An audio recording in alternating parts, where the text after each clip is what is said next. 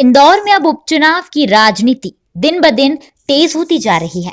इसी कड़ी में 2 दिन पहले कांग्रेस के नेताओं ने डीआईजी ऑफिस में धरना दिया था, जिस दौरान कांग्रेस प्रत्याशी प्रेमचंद गुड्डू ने अपने तीखे अंदाज में बलाई समाज के मनोज परमार सहित कई नेताओं पर चल रहे आपराधिक प्रकरणों को लेकर कई संगीन आरोप लगाए, जिसके बाद परमार के साथ उनका समाज खड़ा हुआ है। परमार समर्थक बोले कि 3 दशक पहले सुखदेव पासी नामक बदमाश इंदौर का शातिर चोर था। उसने चोरी का 50 किलो सोना प्रेमचंद गुड्डू को दिया था।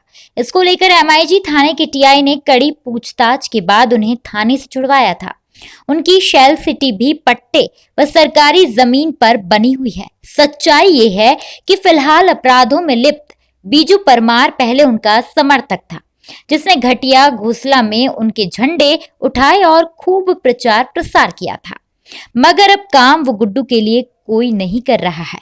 इन सब के बाद दलित समाज के लोगों ने परमार के समर्थन के साथ ही प्रेमचंद गुड्डू को पूरे समाज के साथ परमार से माफी मांगने की मांग की है, अन्यथा इसका खामियाजा गुड्डू सावेर उपचुनाव में भुगतने को तैयार रहे। विषय है कि 2 दिन पहले डीआईजी कार्यालय पे जो कांग्रेसियों ने असंवैधानिक रूप से एक धरना दिया था, उसके अंदर उन्होंने हमारे जो राष्ट्रीय अध्यक्ष है मनोज परमार जी, उन्हें अपशब्द गुंडा कह के पुकारा गया, क्रिमिनल कह के पुकारा गया। तो संपूर्ण आज मैं ये कहना चाहती हूँ कि मनोज परमार कोई पर्सनल प्रॉपर्टी नहीं है उनकी, वो पूरे दलित समाज की प्रॉपर्टी है। तो पूरे दलित समाज में जोश है कि इन्होंने हमारे व्यक्ति को गुंडा क्यों कहा। वो तो व्यक्ति को गुंडा ना कहते हुए संपूर्ण दलित समाज को उन्होंने गुंडा कहा है।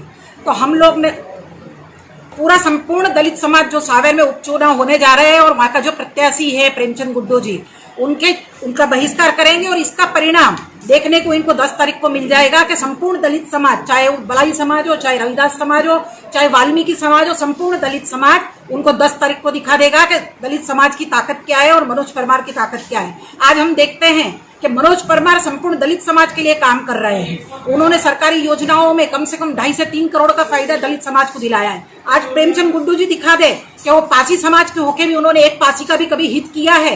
उनका एम सिर्फ पैसा कमाना है, वो राजनीति के जरिए पैसे कमा रहे हैं।